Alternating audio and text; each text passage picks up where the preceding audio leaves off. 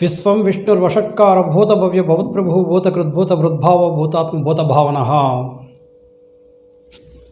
Very good afternoon to everybody. This is Srinivas working as a school assistant. My subject is physical science.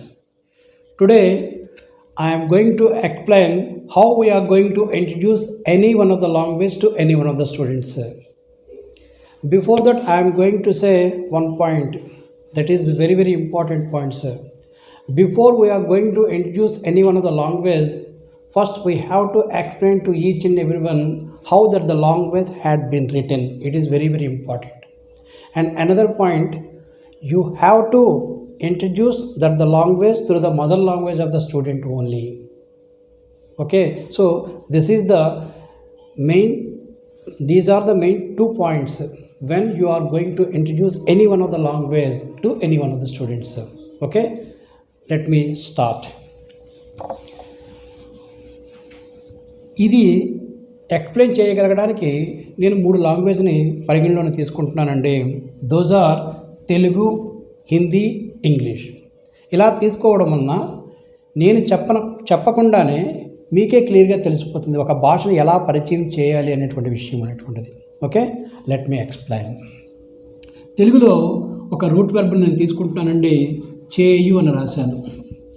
ఈ చేయు అనేటువంటి route వెర్బ్ని మనము హిందీలో ఎలా చెప్పాలో first I'm going to explain. హిందీలో మనం డైరెక్ట్గా కర్ అని తీసుకుంటామండి. హిందీలో వ్రాయడం రాకపోతే మనము తెలుగులో వ్రాస్తాం, తెలుగు కూడా వ్రాయడం రాకపోతే మాట్లాడతాం. ఓకే, నేను చెప్పిన పాయింట్ మీకు అర్థమైంది అనుకుంటాను. అంటే మనకి వ్రాయడం రాకపోయినా, చదవడం రాకపోయినా, అలాగే గ్రామర్ అనేటువంటి పదము తెలియకపోయినా కూడా మనం ఒక భాషని మాట్లాడగలుగుతాము అనేటువంటి విషయాన్ని మీకు తెలియజేస్తున్నానండి. ఇప్పుడు ఇక్కడ కర్ అని రాస్తాం, దాన్ని హిందీలో ఎలా రాస్తామండి, కర్. ఓకే, ప్రజెంట్ టెన్స్ని రిప్రజెంట్ చేయడానికి హిందీలో తా, తే, తి అనేటువంటి 3 లెటర్స్ని వాడుతూ ఉంటామండి. ఓకే, ఇప్పుడు నేను ఈ చేయు అనేటువంటి దాన్ని చేస్తాను అని వ్రాసానండి. అంటే ఇక్కడ ఒక గుణింతాన్ని వ్రాసాను, చేస్తాను అని. మరి ఈ చేస్తాను అనేటువంటిది హిందీలో ఎలా మారుతుంది చూడండి. ఇక్కడ కర్ అంటే చేయు, దానికి కర్త అని రాసాం అనుకోండి, అంటే చేస్తా.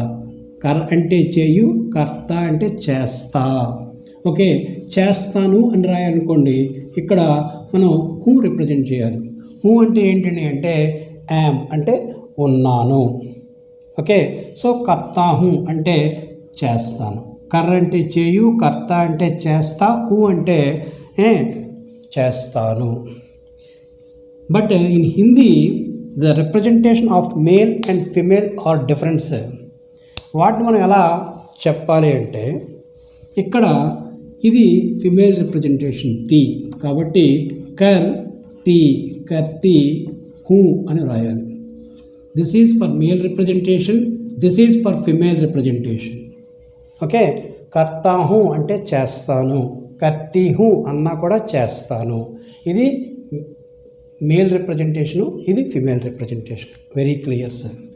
ఇప్పుడు ఈ నువ్వు కాకుండా చేస్తాము అని రాసామనుకోండి, అప్పుడే రాస్తామండి అంటే కర్తే.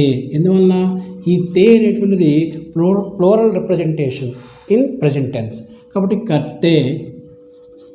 హై అని రాస్తామండి, హై ఇక్కడ చుక్క ఉంటుంది, హై అని పలుకుతామండి, కర్తే హై. అంటే కర్తే అన్నా కూడా చేస్తా, చేస్తా, ఇది ము అనే అర్థాన్ని ఇస్తుంది. ఎందువలన హై అంటే ఉన్నాము, ఉన్నారు, కాబట్టి కర్తే హై అంటే చేస్తాము అనేటువంటి అర్థాన్ని ఇస్తుంది.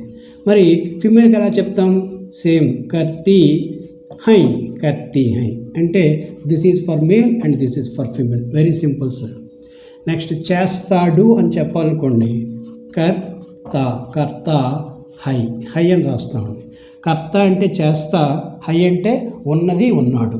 చేస్తాడు అని చెప్పాలంటే కర్త హై, చేస్తాడు. చేస్తుంది అని చెప్పాలనుకోండి, కర్తి హై. సో ఇక్కడ చేస్తుంది. Okay, very simple. ఇప్పుడు చేస్తావు అని చెప్పాలనుకోండి, కర్ తే హో అని రాస్తాం. హో అంటే అగు, జరుగు, ఉండు, ఉన్నావు అనేటువంటిది వస్తుంది. సో చేస్తా, ఉన్నావు, చేస్తావు అంటే కర్తే హో అని రాస్తాం సార్, అంటే చేస్తావు. అదే ఫిమేల్ రిప్రజెంటేషన్కి ఏం రాస్తాం? కర్తి, సేమ్ కర్తి హో, కర్తి హో అంటే చేస్తావు. Very simple concept sir. మనం తెలుగులో ఎలా అయితే రూట్ వర్బ్ తీసుకున్నామో అలాగే హిందీలో కూడా రూట్ వర్బ్ తీసుకున్నాం. ఇక్కడ గ్రామర్ అనేటువంటి పదాన్ని కూడా మీకు ఎవరికి చెప్పలేదు, ఇక్కడ ఇలా రాస్తాం. ఇక్కడ ఒక్క విషయం చెప్పాలి సార్. ఇప్పుడు చేస్తాను అంటే ఇప్పుడు ఏం రాస్తాం మనం తెలుగులో? నేను చేస్తాను అంటాం, అంతేగాని అతడు చేస్తాను అని అనం, అలాగే ఆమె చేస్తాను అని అనం సార్. మన భాష మనకి చెప్తుందండి. అలాగే ఇక్కడ కూడా మై కర్తా హూ, అలాగే ఫిమేల్కి మై కర్తీ హూ అంటాం. అలాగే వే కర్తే హై, వే ఎందుకు వాడాం అంటే వారు చేస్తారు. ఓకే, అలాగే మేము చేస్తాము అంటే హమ్ కర్తే హై అని వాడతామండి.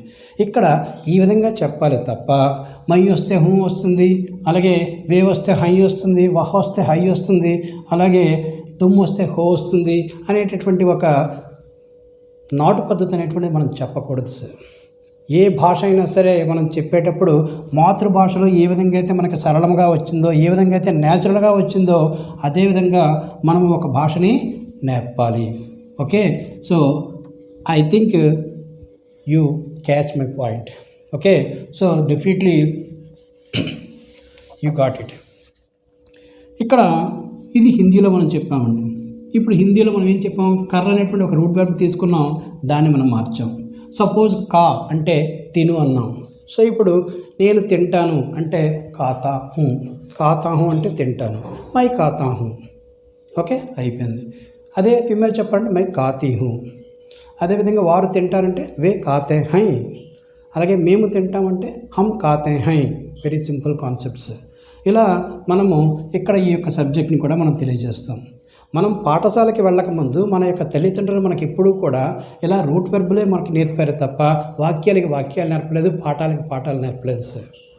ఎలా అంటే ఇక్కడ తిను, త్రాగు, కూర్చో, నిలబడు అనేటువంటి పదాలు, అలాగే మనకి రిలేషన్కి సంబంధించి అమ్మ, నాన్న, అత్త, నాన్నమ్మ, ఇలాగా మనకి కొన్ని రిలేషన్స్, అలాగే వస్తువులకు సంబంధించి కుర్చీ, మంచము, కంచము, ఇలాగా కొన్ని పదాలు అనేటువంటివి మాత్రమే మనము పాఠశాలకి వెళ్ళకముందు మన తల్లిదండ్రుల ద్వారా, మన యొక్క రిలేషన్స్ ద్వారా, మన యొక్క సరౌండింగ్స్ ద్వారా నేర్చుకున్నాం.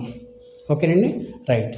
అలాగే ఇప్పుడు ఇక్కడ నేను చెప్పే పాయింట్ మీకు అర్థమైంది అనుకుంటాను. అంతే, అంటే ఏంటండి అంటే మై వస్తే హూ వస్తుంది, వహ్ వస్తే హై వస్తుంది, వే వస్తే హై వస్తుంది, ఇలా ఎప్పుడు కూడా బోధించకూడదు. Okay, let me explain how we are going to introduce this is the context in English language. So English లాంగ్వేజ్లో ఇక్కడ ఈ చేయు అనేటువంటి దానికి రూట్ వర్బ్ ఏంటని అంటే డూ. ఈ ఇంగ్లీష్ లాంగ్వేజ్లో V1, V2, V3, V4, V5 అనేటువంటి 5 వెర్బ్స్ అనేటువంటివి వ్రాయబడినవి.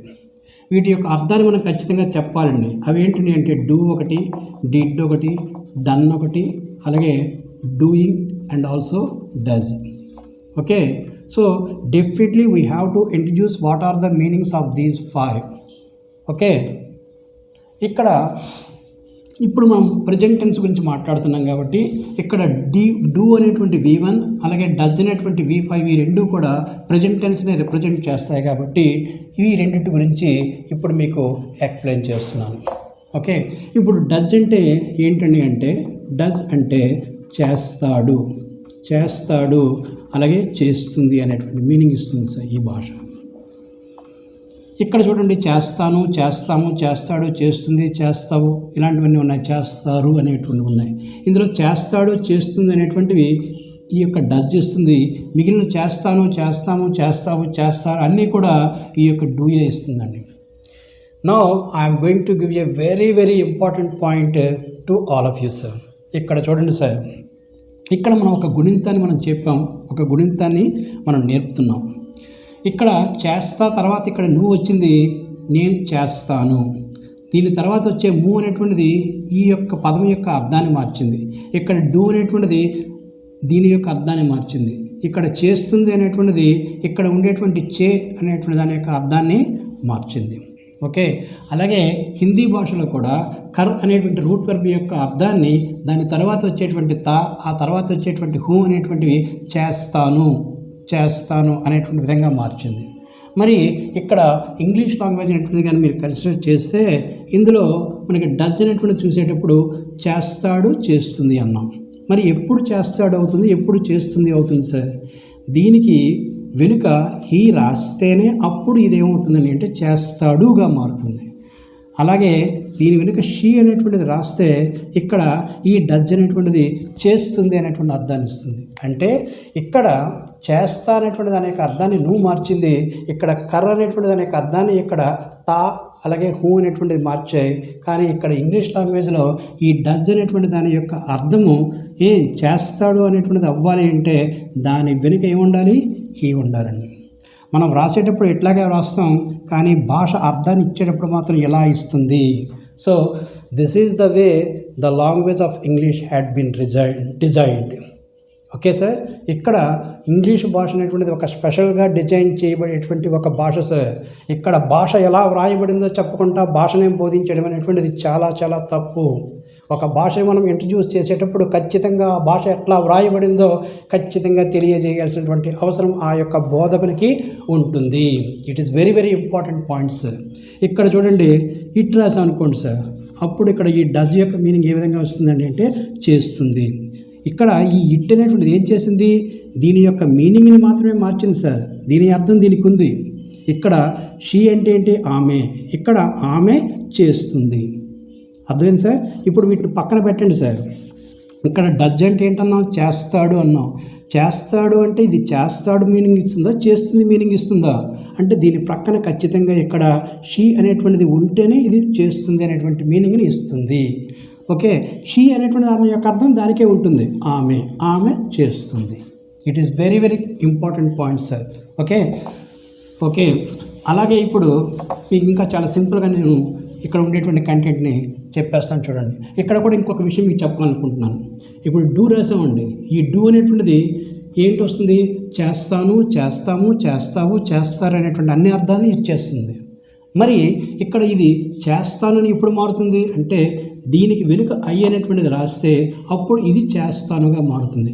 ఇది నేను అనే అర్థాన్ని ఇస్తుంది, అంటే నేను చేస్తాను. అలాగే ఇక్కడ వీ రాసాం అనుకోండి, వీ డూ అని రాసాం అనుకోండి, ఇప్పుడు ఈ డూ యొక్క అర్థం ఏమవుతుంది అంటే చేస్తాము. ఇది మేము చేస్తాము. అలాగే ఇక్కడ దే రాసాం అనుకోండి, అప్పుడు ఈ డూ యొక్క అర్థం ఈ దే మార్చిందండి, అంటే ఇది చేస్తారు, అంటే వారు చేస్తారు అనేటువంటి మీనింగ్ని ఈ భాష ఇస్తుంది. In this way this is the language had been designed sir. Okay, అర్థమైంది. ఇప్పుడు కర్తాహు అన్నామండి. దీనికి నెగిటివ్ సెన్స్ రాయాలంటే నహి కర్తాహు అంటే సరిపోతుంది. నహి కర్తాహు అంటే చేయను అని. ఇక్కడ కూడా ఇంకొక విషయం మీకు చెప్పాలి. ఇక్కడ దీనికి నెగిటివ్ సెన్స్ రావాలంటే మనం ఏం చేసామండి? ఇక్కడ నహి కర్తాహు అని రాసాం. ఈ నహి ఎక్కడ రాసామండి? ఆ అర్థాన్ని ఇచ్చేటటువంటి యొక్క రూట్కి, ఆ వెళుతున్నటువంటి మార్గానికి వెనుకతలో రాసాం నహి అనేటువంటిది. అప్పుడు ఈ పాజిటివ్ సెన్స్ అనేటువంటి నెగిటివ్ సెన్స్గా మారింది. అలాగే ఇప్పుడు ఇక్కడ చూడండి, హీ డజ్ అన్నాం, అంటే ఏంటి? అతడు చేస్తాడు అన్నాం. మరి అతడు చేయడు అని చెప్పాలి. ఎలా చెప్పాలి అంటే దీనికి నాట్ పెట్టాలి. నాట్ ఎక్కడ పెడుతున్నామండి? దీనికి తర్వాతే పెడుతున్నాం. కానీ ఇక్కడ అర్థం అనేటువంటిది ఎట్లా వస్తుంది? వ్రాయడం ఎట్లాగే రాసినప్పటికీ కూడా ఈ యొక్క భాష అర్థము, ఈ డజ్ యొక్క అర్థం ఎవరిచ్చారండి? హీ ఇచ్చింది. చేస్తాడు అనేటువంటి మీనింగ్ ఎలా వచ్చింది? హీ అనేటువంటిది ఉండబట్టే వచ్చింది, అంటే ఇటు వస్తుంది. అలాగే దీనికి వెనుక అంటే ఇదనమాట. ఎందువలన మనకు అర్థం ఎలా వస్తుంది? దానికి వెనుక నాట్ అనేటువంటిది. ఇక్కడ కూడా అంతే, నహి అనేటువంటిది పెట్టాం. అలాగే ఇక్కడ హీ డజ్ నాట్ అంటే ఏంటండి అంటే అతడు చేయడు. సో ఇక్కడ he does not, this is the abbreviated form, అంటే సంక్షిప్త రూపము అంటాం. హీ డజ్ నాట్, అంతే, అయిపోయింది. సో నహి కర్తా హూ, నహి కర్తీ హూ, నహి కర్తే హై, నహి కర్తీ హై. ఇక్కడ he does not, she does not, I do not, I don't, we do not, we don't, ఇలా రాస్తాం. ఓకే, ఇప్పుడు ఇక్కడ మీకు చూడండి, మనం నేను చేస్తాను అంటే హిందీలో ఎలా చెప్తాం? మై కర్తా హూ అని చెప్పాం. నేను చేస్తాను. నేను చేయనంటే మై నహి కర్తా హూ అని చెప్పాం. మరి నేను చేస్తానని హిందీలో అడగాలంటే దీనికి ముందు సింపుల్గా క్యా అనిపిస్తే సరిపోతుంది సార్. హిందీలో క్యా అని రాస్తే సరిపోతుంది. క్యా మై కర్తా హూ అంటే నేను చేస్తానా అనే మీనింగ్ వస్తుంది. లేదా సింపుల్గా ఇలా కూడా రాయొచ్చు, మై కర్తా హూ క్యా, ఇలా కూడా వాడతారు. అంటే క్యా అనేటువంటిది ముందైనా పెట్టచ్చు, వెనకైనా పెట్టచ్చు. ఓకే, సో క్యా మై కర్తా హూ అంటే నేను చేస్తానా. నేను చేయను అని చెప్పాలనుకోండి, క్యా మై నహీ కర్తా హూ, ఎందువలన మై నహీ కర్తా హూ అంటే నేను చేయను, క్యా మై నహీ కర్తా హూ అంటే నేను చేయను అనేటువంటి మీనింగ్ వస్తుంది. అంటే మొత్తం 4 ఫామ్స్ కూడా వచ్చేసేయండి. It's very simple contents. అలాగే ఇక్కడ ఐ డూ అంటే నేను చేస్తాను. ఇప్పుడు ఇక్కడ డూ అనేటువంటి దాన్ని మనం ఈ యొక్క ఐకి వెనుకకి అంటే ఈ విధంగా తీసుకునేటప్పుడు వెనుకకి కానీ తీసుకొస్తే మనం ఎలా రాస్తాం, డూ ఐ రాస్తామండి. ఇప్పుడు దీనికి అర్థం ఏమవుతుంది అంటే ఐ ఇక్కడ డూ అనేటువంటిది ఏ విధంగా మారుతుంది, చేస్తానా, ఇక్కడైతే చేస్తాను అనే మీనింగ్ ఇస్తుంది. అదే డూ ఇక్కడ రాస్తే చేస్తానాగా మారిపోతుంది. డూ ఐ అంటే నేను చేస్తానా. అలాగే డూ వి అంటే మేము చేస్తాము. అలాగే డూ దే అంటే వారు చేస్తారా, అంతే, వెరీ సింపుల్ సార్. అలాగే డజ్ పెట్టానుకోండి, డజ్ హీ అంటే అతడు చేస్తాడా, వెరీ సింపుల్ సార్. ఇక్కడ ఇంకొక విషయం కూడా చెప్పాలి సార్. చాలామంది ఏం చెప్తారంటే డజ్ హీ డూ అని కూడా చెప్తుంటారు sir. This is wrong sir. Does he అంటే అతడు ఇది చేస్తాడు, అతడు చేస్తాడు, వెరీ సింపుల్ కంటెంట్ సార్. కానీ ఇక్కడ భాష ఎలా వ్రాయబడిందో తెలియకపోవడం మూలంగా చాలామంది ఏం చెప్తారంటే డజ్ హీ డూ అని చెప్తారు. అంటే దాని అర్థం ఏంటండి, అతడు చేయడం చేస్తాడా అని. దీన్ని ఎంపసైజ్గా చెప్పడానికని మనం చాలామంది చెప్తుంటారు సార్. ఎంపసైజ్గా చెప్పడం అంటే ఒక భాషకి భావం ద్వారా చెప్తాం సార్. అన్నాము అంటే అర్థం ఏంటండి అంటే మనం ఒక భావం ద్వారా దాన్ని ఎంపసైజ్ చేస్తున్నాం, అంతే తప్ప అక్కడ మనం పదాల ద్వారా దాన్ని మనం ఎంపసైజ్ చేయడం అనేటువంటిది ఒక భాషలో జరగదు. కాబట్టి ఇక్కడ అతడు చేస్తాడా అంటే ఏం చెప్పాలి అంటే ఇక్కడ డజ్ హీ అతడు చేస్తాడా. అలాగే ఇప్పుడు దీనికి డజంట్ హీ అని చెప్పామనుకోండి, అంటే ఏంటి, అతడు చేయడా, very simple contents. So in this way మనకి ప్రజెంట్ సింపుల్ అంటే ఏంటో తెలిసింది. అలాగే ప్రజెంట్ సింపుల్లో ఉండేటటువంటి స్టేట్మెంట్ ఏంటి, నెగిటివ్ స్టేట్మెంట్ ఏంటి, అలాగే క్వశ్చన్ స్టేట్మెంట్, అలాగే ఇంటరాక్టివ్, ఇవన్నీ కూడా మనకి క్లియర్గా మనకి తెలిసిపోయాయండి. చాలా క్లియర్గా మన యొక్క భాష ద్వారానే ఇవన్నీ కూడా మనకి వచ్చేస్తూ ఉంటాయి. ఓకే, సో ఈ విధంగా మనము ఒక భాషని మనం ఇంట్రడ్యూస్ చేస్తున్నాం. అలాగే ఇప్పుడు సపోజ్ మీ అందరికీ క్లియర్గా అర్థం కావడం కోసం ఒక్క సెంటెన్స్ తీసుకుని ఆపుతున్నాను సార్. ఇప్పుడు సపోజ్ ప్రజెంట్ కంటిన్యూస్ టెన్స్ అనేటువంటిది మనం తీసుకున్నాం అనుకోండి.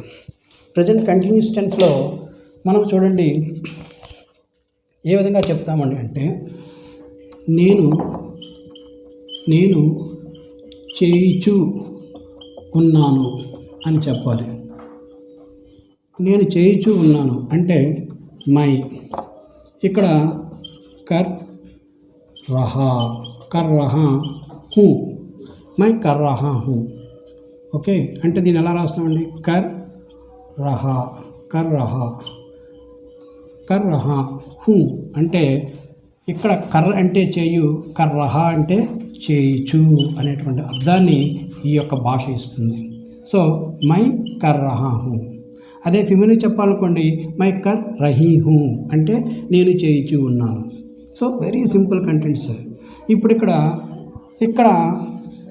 మై కర్ రహా హూ అన్నాం కదండి, మై కర్ రహా థా అన్నాం అనుకోండి, మై కర్ రహా థా, మై కర్ రహాతా అన్నాం అనుకోండి, అంటే ఏంటండి అంటే నేను చేయిచు ఉండితిని. ఎందువలన అంటే తా తే థీ అనేటటువంటివి మనకి పాస్ట్ టెన్స్ని ఇండికేట్ చేస్తాయి. కాబట్టి నేను చేయిచు ఉండితిని. మై అంటే నేను, కర్ర అంటే చెయ్యు, కర్రహ అంటే చేయిచు, తాతే తీలో చేయిచు ఉండితిని. అదే ఫ్లోరల్ చెప్పాలనుకోండి, వే అంటే వే కర్ రహే, ఇక్కడ థా, వే కర్ రహేతే అంటే వారు చేయిచు ఉండితిరి. ఇక్కడ తే అనేటువంటిది ఫ్లోరల్.